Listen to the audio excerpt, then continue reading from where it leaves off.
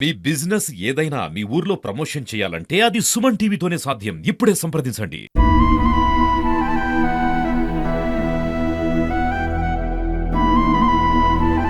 ప్రస్తుతం మనం మొగలయ్య ఇంటి దగ్గర ఉన్నాము. వాళ్ళ ఇంటి పరిస్థితులు ఏంటిది? ఎలా ఉంది? అంటే తను కొన్ని ఏళ్ల కాంచెలు కేశవపురం నుంచెల్లి ఇక్కడికొచ్చేసి వాళ్ళు ఇక్కడ జీవనం సాగించారు. ఇక్కడి నుంచెల్లే వారు జానపద కథలు చెప్పుకుంటూ అంటే మిగతా ప్లేస్‌లకి వెళ్తూ అక్కడ జానపద కథలు చెప్పుతూ తన జీవనం సాగించేవాడు. తన ఆర్థిక పరిస్థితుల్లో అప్పుడు ఉన్నప్పుడు ఈ ఇల్లును కట్టుకోవడం జరిగింది. ఇక్కడ మీరు చూసుకున్న ఇల్లు. మొగలయ్య కొన్ని సంవత్సరాలుగా ఇదే ఇంట్లో ఉండేది.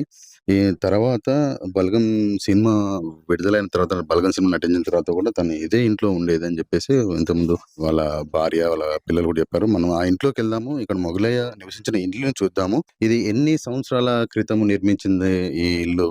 నా కొడుకు చిన్నగున్నాడు సార్. నా కొడుకు సంవత్సరం పిల్లగాని కాంచి వెళ్ళనే ఉన్నాడు. ఇదంతా చూడండి సార్. హ్మ్. ఈ ఇల్లంతా ఇంత గోడలు ఈ గోడ కూలిపోతదా? హ్మ్. మొత్తం పలిగింది. గోడ కూలిపోతది అని హ్మ్. వాళ్ళు వీళ్ళు ఇచ్చిందే. ఇగో ఇది సుత కిటికీ పెట్టించుకోలే సార్. హ్మ్. పైసలు లేక గుడ్డ కట్టుకొని ఉన్నాం దానికి. కొన్ని రోజులు ఈయన షుగర్ మందులకు నాకు సుత ఆయాసం ఉన్నది సార్. హ్మ్. దమ్ము మస్తున్నది. నాకు ఆయనకు పెట్టాలంటే మా దగ్గర తరం కాదు సార్. ఈ ఒక్క రూమ్‌లో ఉండేదా మీరు?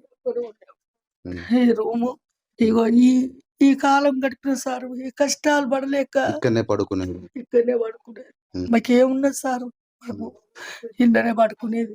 మేము హ్మ్. ఆ రోజు ఇంత లాస్ట్ వరకు ఏమి లేకున్నా గానీ ఇంత లాస్ట్ గట్టిగా వర్షం వస్తే ఇప్పుడు వాళ్ళ కొడుకుతో మాట్లాడదాము.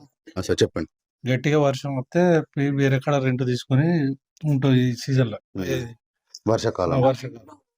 వీళ్ళ గిట్ల వీళ్ళందరూ దీంట్లోకి వచ్చేసారు. ఇంతకుముందుకు వీడియోస్‌లలో అంటే 'బలగం' మూవీ టీమ్ కూడా ఇంట్లోకొచ్చారు. ఇక్కడ తిన్నవాళ్ళే. అవును. హ్మ్. 'దిల్ రాజు' టీమ్ వచ్చిండు, 'బలగం' టీమ్ వచ్చిండు, అందరూ వచ్చారు. ఇది ఇక్కడ ఉన్న పరిస్థితి ఫస్ట్ వీడియో ఉన్నది.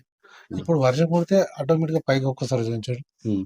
దాంట్లోని వాటర్ కిందికి గారిపోతాయి హ్మ్. మొత్తం. హ్మ్.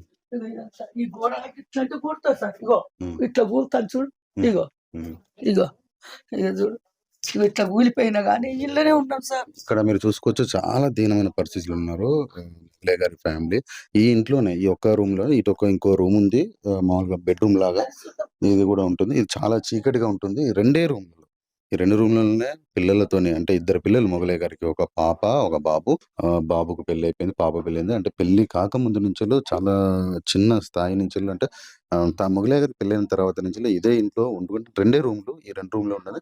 ఇక్కడ వాళ్ళ కొడుకు చెప్పేదంటే ఇక్కడ ఉన్నటువంటి కొన్ని వస్తువులు గూడా తనకు గిఫ్ట్ రూపంలో అంటే తనెక్కడ పాటలు పాడటానికి, జానపద కళలు వెళ్తానికెళ్ళినప్పుడే అక్కడ వాళ్ళు గిఫ్ట్ రూపంగా ఇచ్చేది. అలానే మా జీవనం సాగేదని చెప్పేది. ఇక్కడ గోడలు మీద మీరు చూసుకున్నట్టయితే గోడలు గూడా చాలా ఘోరంగా ఉన్నాయి. అంటే వర్షం వస్తే కూలిపోయే పరిస్థితిలో ఉన్నది. ఇలాంటి పరిస్థితిలో ఇప్పుడు మొగలయ్య గారి ఫ్యామిలీ ఉంది.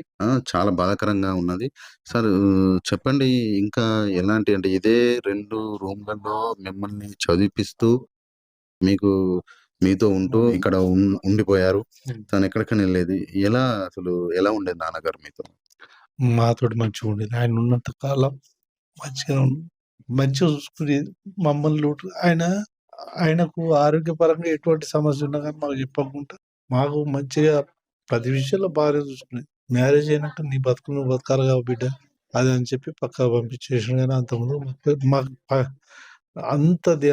ఆ పరిస్థితిలో ఉండి గూడా మాకు పనంటూ చెప్పలేదు. మ్యారేజ్ అయ్యేంత వరకు హ్మ్. ఆ స్థితిలో. అయితే ఇప్పుడు నాన్నగారు చనిపోయి ఒక 3 రోజులు అవుతుంది గదా! బలగం టీమ్ వచ్చారండి మొన్న చావుకి? నా చెల్లు రచ్చరవి గిట్లా వచ్చేసిండు. అది ఇప్పుడు సడన్‌గా జరిగే వారికే హ్మ్. ఇది హ్మ్. వేణు సార్ ఎక్కడనో దూరం ఉన్నాడట. హ్మ్. ఇది 'దిల్ రాజు' సార్ గూడా మాట్లాడిండు. హ్మ్. నేను విదేశాలలో ఉన్నా కొద్దిగా రావడానికి వీలు పొన్నం ప్రభాకర్ సార్ గూడా వాళ్ళకి తెలిసింది. వాళ్ళన్నారు గదా! ఇది దూతి మాధవరెడ్డి సార్, పొన్నం ప్రభాకర్ సార్ వాళ్ళు అసెంబ్లీ ఉన్నది ఏమనుకోకండి. మా టీమ్‌నయితే పంపిత్తం. మా వోళ్ళు పీఏలు ఇట్లా ఉన్నారు గదా! వాళ్ళని పంపిస్తా అని చెప్పి పంపించేసిండు.